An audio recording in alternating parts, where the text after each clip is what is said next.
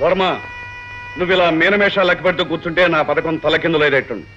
ఇప్పటికే కొన్ని కోట్ల రూపాయల మట్టిలో పోశాను. ఇప్పుడైనా వజ్రాలు దొరికే చోటు చెప్పు, నీకు విముక్తి దొరుకుతుంది. నాకు విముక్తి నేను చెప్పను. నువ్వు నాకిచ్చిన వాగ్దానం తప్పావు. నా కూతుర్ని చంపావు. ఇప్పుడు నా ప్రాణాల మీద నాకు మమకారం లేదు. నువ్వు నన్ను చంపినా సరే ఆ వజ్రాలున్న ప్రదేశం నీకు మాత్రం చెప్పను. నీ కూతురు జయ సిరిపురంలో హాయిగా బతుకుతోంది. కావాలంటే నో, నేను నమ్మను.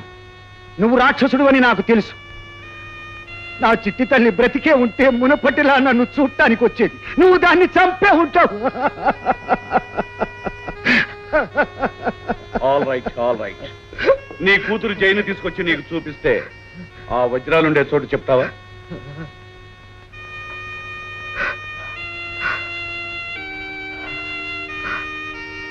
నంబర్ 10. వాడు ముందుకేశాడు. ఎలాగైనా సరే సిరిపురంలో ఉన్న జైన్ ఇక్కడికి చేర్చాలి. నీ వల్ల కాకపోతే లైన్ సహాయం తీసుకో. వెళ్ళు.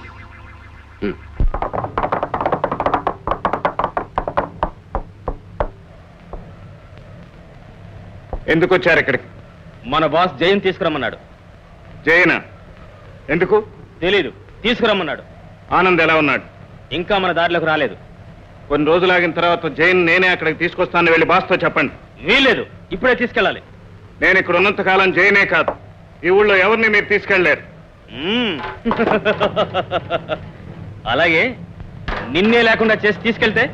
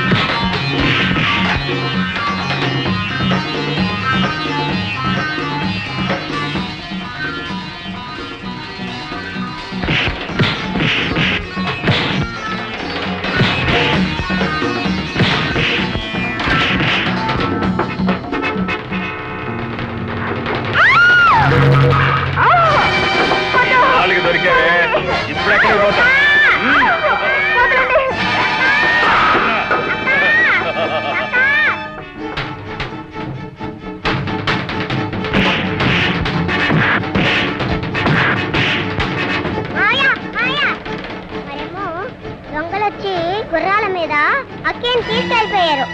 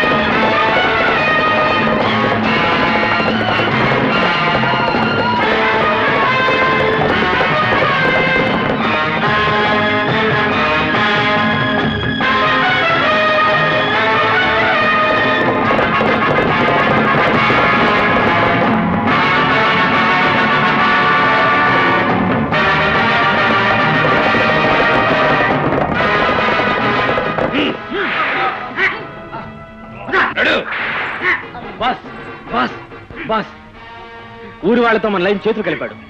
జయం తీసుకొస్తుంటే మధ్యదారిలో మమ్మల్ని మోసం చేసి ఆమెను వెనక్కి తీసుకుపోయాడు.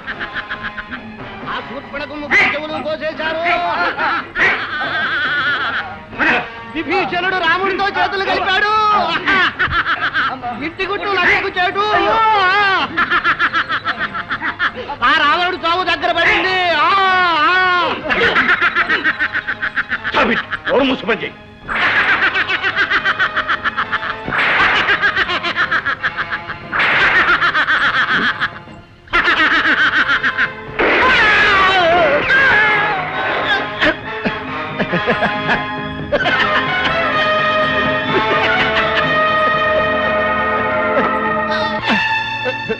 మా శివరాజ్యం.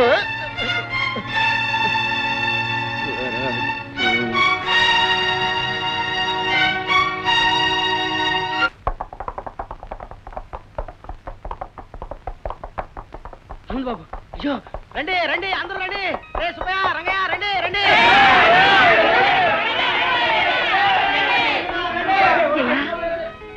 అమ్మా జయ పాపం మనకి పగలు పంతాలు వద్దురా. జయం తీసుకుని మన ఊరు వెళ్ళిపోదాం. పదనైనా అట్టెట్ట కుడుతుందమ్మా. బాబు గారు జయమ్మ గారు మా కళ్ళ ముందే మనవాడాలి, ఏమన్నా కాపురం చేయాలి, పిల్లల్ని కనాలి. అవునమ్మా మాట్లాడేవిటరా? అవును రాలేడు, వాళ్ళ కోరిక సబబుగానే ఉంది. నేను ఎలాగో పెళ్లి ముచ్చట ఎరగను కాబట్టి జయన్ నా కూతురు అనుకుని కనీసం కన్యాదానం అన్నా చేస్తాను. అన్నయ్య అవునమ్మా, జయని కన్నబిడ్డలా చూసుకున్నారు ఈ గ్రామ ప్రజలు. వాళ్ళ ముచ్చట ఎందుకు కాదనాలి చెప్పు? అసలు ఆనంద్ ఈ ఊరి నుంచి వెళ్ళిపోవడం వాళ్ళకి ఇష్టం లేకే ఈ ఉపాయం చెప్తున్నారు. ఒప్పుకోరా అల్లుడు, ఒప్పుకో. అక్క నువ్వు చేసుకుంటావా, నన్ను చేసుకోమంటావా చెప్పు. నేనే తీసుకుంటాను. ఈ పెళ్లి నాకు ఇష్టం లేదు. బాబు గారు, తమరు మా నుంచి తప్పుకోవడానికి, ఈ గ్రామం నుంచి వెళ్ళిపోవడానికి ఆలోచిస్తున్నారు. మీరు మా మాట కాదంటే మేమంతా కలిసి బలవంతంగానైనా సరే మీ చేత జయమ్మలో తాలి కట్టిస్తాం. ఎరా మాట్లాడండి.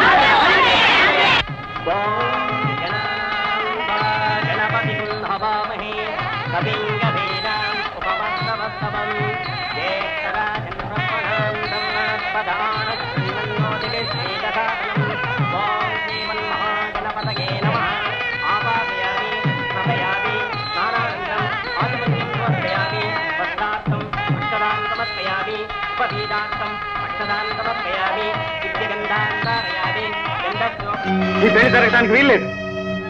బాబు ఆనంద్, ఏమిట్రా ఇది? ఇక నేను ఈ నాటకం ఆడలేను. మీరంతా నన్ను క్షమించండి. బాబు ఆనంద్ వద్దమ్మా, నన్ను అలా పిలవద్దు. నేను చాలా మోసాలు చేశాను, ఎన్నో ప్రాణాలు తీశాను. కానీ అబ్బం శుభం తెలియని ఒక ఆడపిల్ల శిరస్సు మీద చేయి పెట్టి అబద్ధ ప్రమాణం చేయలేను. ఆనంద్, నీకేమన్నా మతిపోయిందా? జయ నువ్వు ప్రేమించుకున్నారు కదా అని ఈ పెళ్లి చేసి మా బాధ్యత తీర్చుకోవాలనుకున్నాం. నీకు జయం చేసుకోవడం ఇష్టం లేకపోతే ఆనాడే ఖచ్చితంగా చెప్పాల్సింది. పీటల దాకా ఎందుకు అనిచ్చావు? మీరందరూ అనుకున్నట్టు నేను ఆనందును కాను. నా పేరు లయన్. అబద్ధం. ఈ పెళ్లిని తప్పించుకోవడానికి నువ్వు ఇలా మోసం చేయాలని చూస్తున్నావు. కానీ కన్న తల్లి కళ్ళని మాత్రం నువ్వెప్పటికీ మోసం చేయలేవురా. చేశానమ్మా. భగవంతుడు నాకు నీ భర్త లాంటి రూపాన్ని ఇచ్చాడు. దాన్ని ఆసరాగా తీసుకుని ఆయన రూపంలో వచ్చి నేరాలని నేను చేసి ఆయన ఆత్మహత్య కారకున్నయ్యాను. ఇప్పుడు మళ్ళీ నీ బిడ్డను బంధించి అతని రూపంలో వచ్చి మిమ్మల్ని అందరినీ మోసం చేస్తున్నాను. నేను నమ్మను. నిజం అమ్మా, నేను నీ కొడుకును కాను. నా మాట నమ్ము. కాదని చెప్పడానికి ఇదే నిదర్శనం.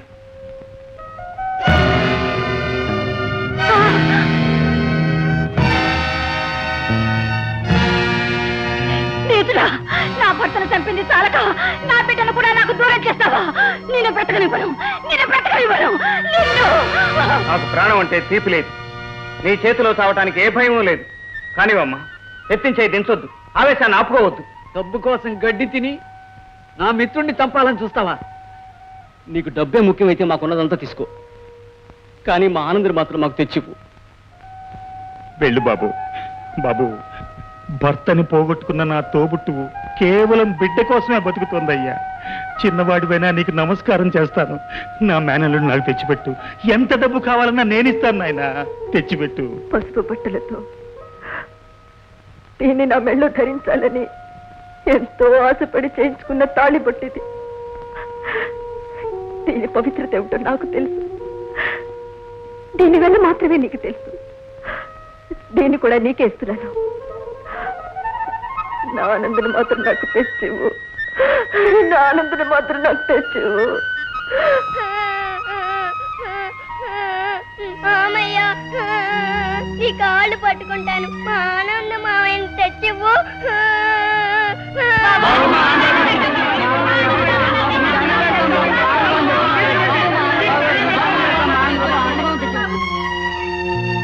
ఇంతమంది ఆశీర్వాద బలం ఉన్న ఆనంద్కి ఏ భయం లేదమ్మా. ఆ రోజు న్యాయాన్ని ధర్మాన్ని చంపేశాను. ఈ రోజు అన్యాయాన్ని అధర్మాన్ని అంతం చేస్తాను. నా ప్రాణం పోయినా సరే మీ బిడ్డను సజీవంగా తెచ్చి మీకు అప్పగిస్తానమ్మా. నేను సిటీకి వెళ్ళి పోలీసులు తీసుకొస్తాను. మీరంతా చాలా జాగ్రత్తగా ఉండండి.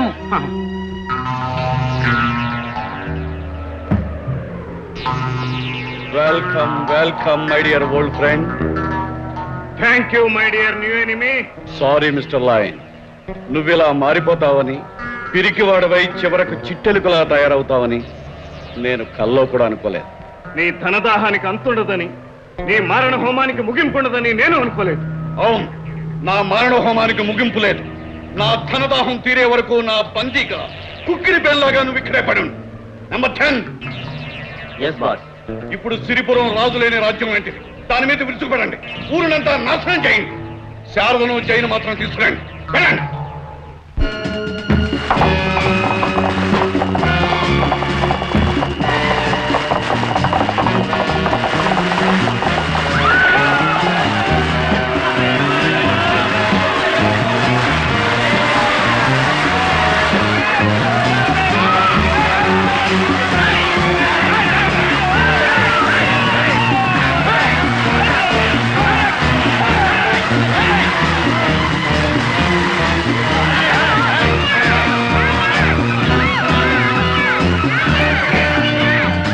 వర్మ, ఇన్నాళ్ళు నా సహనాన్ని పరీక్షించావు. ఇప్పుడు గ్రామంలోని కొంతమంది ప్రజలు నా బందీలుగా ఉన్నారు. వాళ్ళ సహాయంతో ఈ ప్రాంతమంతా డైనమైట్స్ తో పేల్చేస్తాను. అప్పుడు నువ్వు చెప్పకపోయినా ఆ రహస్యం బయటపడుతుంది. అమ్మా అమ్మా. వర్మ, ఇప్పటికైనా మర్యాదగా వజ్రాలు దొరికే ప్రదేశం చెప్పు, లేదా కన్న తండ్రి ముందే దాని శీలాన్ని చెరపమంటావా? నెంబర్ 10. ఆగు, చెప్తాను. నా బిడ్డను ఏం చేయకండి. మిస్టర్ వర్మ, నువ్వు చెప్పబోయే ఆ వజ్రాల గది దొరికే వరకు నీ కూతురు నా అధీనంలోనే ఉంటుంది. మోసం చేయడానికి ప్రయత్నించావో నీ కూతురు నీకు దక్కదు. జాగ్రత్త. నేను నిజం చెప్తే మమ్మల్ని వదులుతావని నమ్మకం ఏమిటి? పిచ్చివాడ, ఆ వజ్రాలు దొరకాలే గాని మిమ్మల్ని ఏమిటి, ఈ దేశాన్ని వదిలిపెట్టి వెళ్ళిపోతాను. ఆ మ్యాప్ ఇలా తీసుకురండి.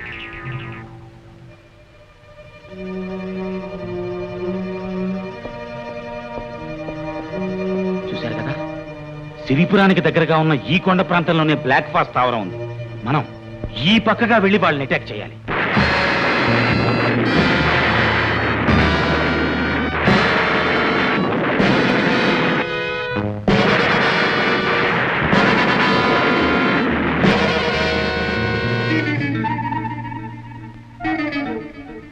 మాయా మాయా మాయా. సరజ్యం, ఆ తాళం తీ.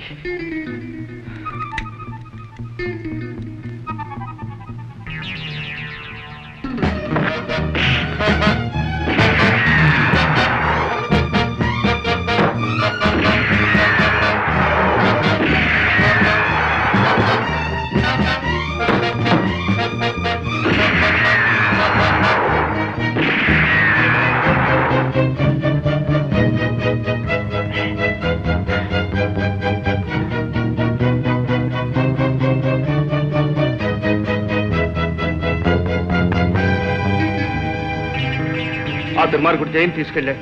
నేను వెళ్ళి జైన్ రక్షిస్తాను. మీరు వెళ్ళి అమ్మను ఊరు ప్రజలను కాపాడండి. అలాగే ఈ జర్కిన్ వేసుకో.